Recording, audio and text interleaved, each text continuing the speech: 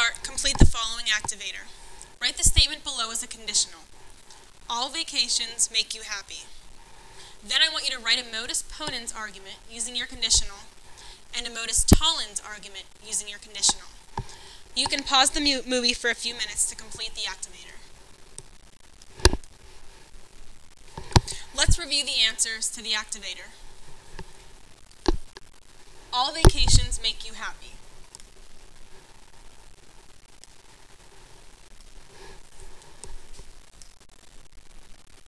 The correct modus ponens argument.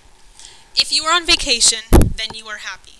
Christian is on vacation, therefore Christian is happy. The correct modus tollens argument is, if you are on vacation, then you are happy.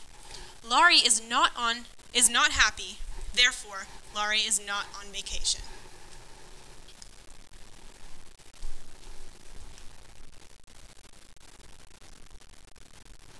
Today we are going to learn about the inverse.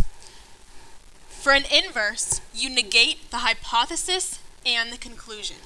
Negate means to put a not in front of the hypothesis and the conclusion. Let's use the conditional, if you attend Northwest, then you're in high school. Remember the converse, you switch the P and the Q. If you're in high school, then you attend Northwest. So to write the inverse, you negate each part of the conditional. The inverse of the conditional, if you attend Northwest, then you're in high school, is if you don't attend Northwest, then you are not in high school.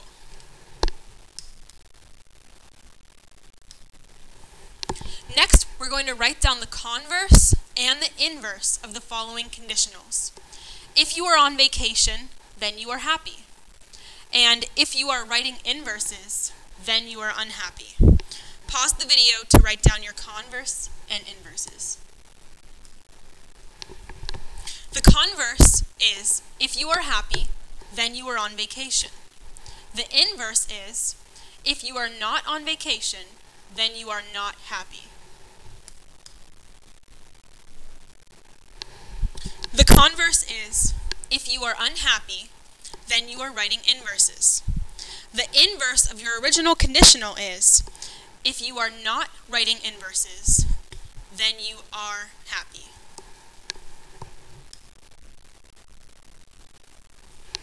Next, we're going to talk about a contrapositive. For the contrapositive, you negate the converse. That just tells you to put the word not in front of each part of the converse. So the conditional is, if you attend Northwest, then you're in high school. The converse, if you are in high school, then you attend Northwest. Let's write the contrapositive.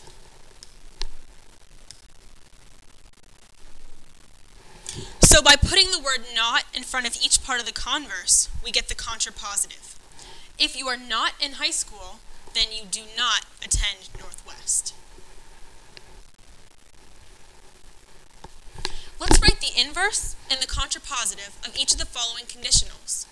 If you are writing contrapositives, then you are unhappy. And if you don't have homework, then you are happy. The inverse is, if you aren't writing contrapositives, then you are happy. It makes more sense to say you are happy than you are not unhappy. The contrapositive, if you are happy, then you are not writing contrapositives. The inverse, if you have homework, then you are not happy. The contrapositive, if you are unhappy, then you have homework. Let's see how much you learned today. Fill in the table for the following conditional.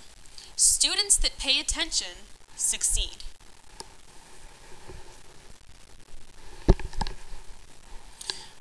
The statement written as a conditional is, if a student pays attention, then he succeeds. Flip the hypothesis and the conclusion to get the converse. If a student succeeds, then he pays attention. To get the inverse of your conditional, negate both the hypothesis and the conclusion. If a student does not pay attention, then he will not succeed.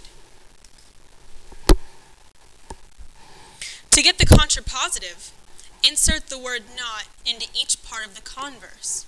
If a student does not succeed, then he does not pay attention.